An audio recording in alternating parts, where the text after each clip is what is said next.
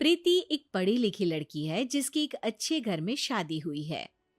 प्रीति का पति राहुल एक मल्टीनेशनल कंपनी का मैनेजर है जो आधे महीने विदेश में ही रहता और छोड़ जाता है अपने मम्मी पापा को प्रीति के भरोसे, जिसे इस देश को सुधारने की चुल ने परेशान कर रखा है।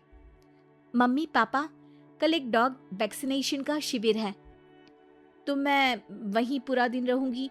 आप मेरे लिए खाना मत बनवाना। अरे बेटा प्रीति, वो बाई तो काम छोड़कर परसों ही जा चुकी। एक नई बाई देखनी पड़ेगी। माँ, आप तो जानती ही हो ना कि मैं कितना बिजी रहती हूँ। अगर कल मैं नहीं गई तो कुत्ते एडॉप्ट ही नहीं हो पाएंगे। देखिए, हम इंसान तो बोलकर अपनी तकलीफों को बता सकते हैं, लेकिन वो बेचारे, उन्हें हमारी ज्यादा जरूरत है मम्मी। अरे बोल के भी हम क्या हासिल कर पा रहे हैं। अब ठीक है बेटा, तू जा, मैं खाना बना लूंगी। ऐसा पहली बार नहीं हो रहा था।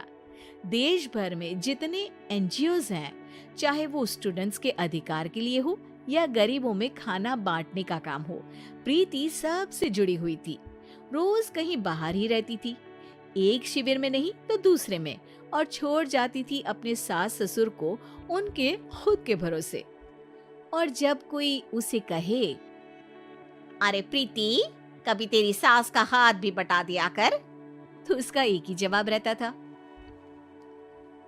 देखो, हम लोगों को तो सब कुछ घर बैठे मिल जाता है। अगर आज मैं इस शिविर में नहीं गई तो पता नहीं कितने लोग सड़क पर आ जाएंगे।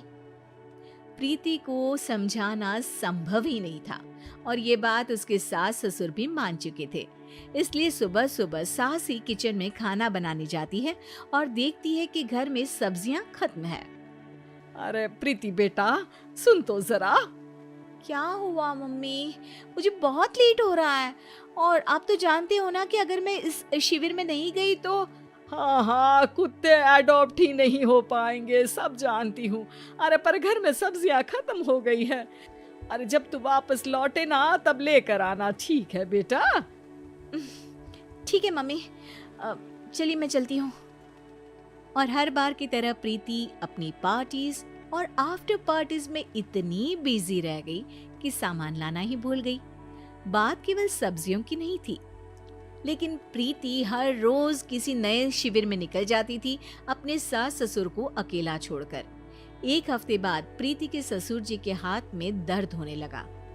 अरे बेटा प्रीति, पापा जी के हाथ में बहुत दर्द हो रहा है, आज इनको डॉक्टर के पास लेकर जाना पड़ेगा। ठीक है माँ, आप हो आओ, मैं बाहर ही खा लूंगी। अरे बेटा, मैं कैसे ले जाऊं? ये काम तो हमेशा राहुल ही करता था और मुझे तो डर है कि कुछ ज्यादा बड़ी बीमारी ना हो जाए। उफ़ो, आज मुझे मेडिकल शिविर में जाना है। बेचारे बड़े बुजुर्ग जिनके अपने फैमिली वाले उनका ध्यान नहीं रखते, उनका पूरा मेडिकल चेकअप होगा। अगर मैं नहीं गई तो आप तो जानते ही हो, उनका चेकअप नहीं हो पाएगा। और हाँ बेटा, तू जा, मैं कुछ ना कुछ कर लूंगी।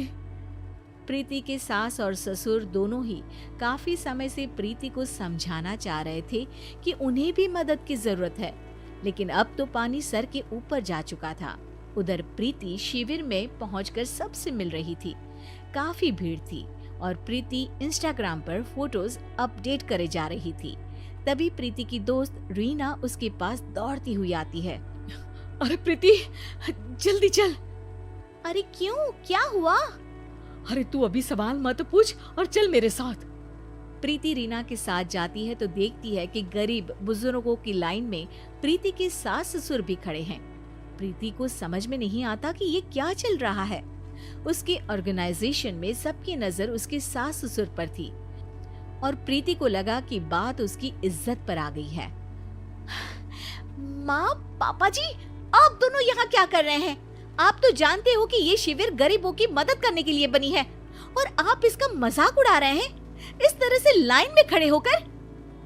अरे बेटा, हम भले ही गरीब ना हो पर जरूरतमंद तो है ही। हमारा भी कोई ध्यान रखने वाला नहीं है। मेरे पति के हाथ में दर्द है, मैंने सुना कि जरूरतमंद बुजुर्गों का यहाँ फ्री में इलाज हो रहा है, इसीलिए चले आए। नहीं, मतलब मैं तो। प्रीति को समझ में आ गया था कि समाज को संभालने से पहले उसे अपना घर संभालना चाहिए, और वो सर झुकाकर अपने सास ससुर से माफी मांगती